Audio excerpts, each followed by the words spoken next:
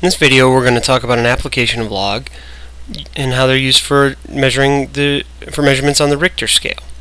So the definition is R equals log of I sub c over I sub n, and in this I sub c is the intensity of the earthquake measured 100 kilometers from the epicenter, and I sub n is a measure of the intensity of the movement on a standard day. So basically what this does is it takes the relative movement by taking the amount of movement on the day of the earthquake divided by the amount of movement on a standard day.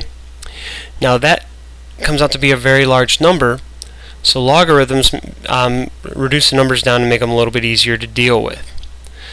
So in San Francisco in 1906 they had a quake that measured 8.3. In 1989 they had a quake that measured 7.1.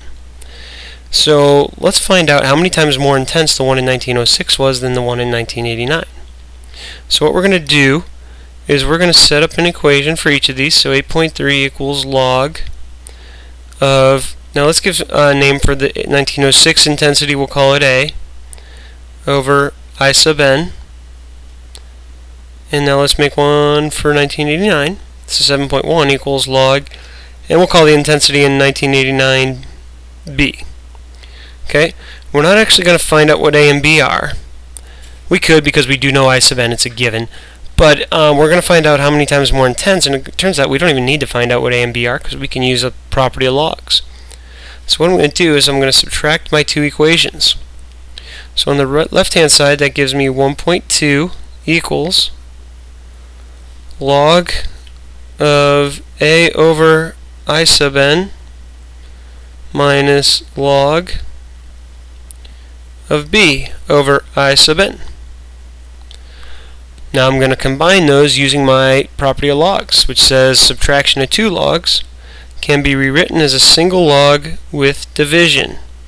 So what I have is A over I sub n all over B over I sub n.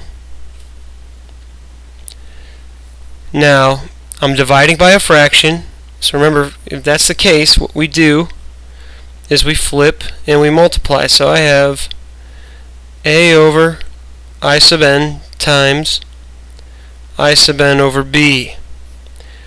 This actually works out very nice because the I sub n's cancel. So let's see what we have left here. We have that 1.2, that was our difference in the Richter scale measurements, is equal to log of A over B. And so we can solve this by making both sides exponents of 10, or rewriting as an exponential, 10 to the 1.2 equals A over B. So what this is saying is B times 10 to the 1.2 would give us A. So this is giving us how many times more intense. So if we calculate that, this 10 to the 1.2 is about 15.85 times more intense. So we never actually had to find out what they were. We just had to find out what they were relative to each other. So we were just trying to solve for the ratio of A to B.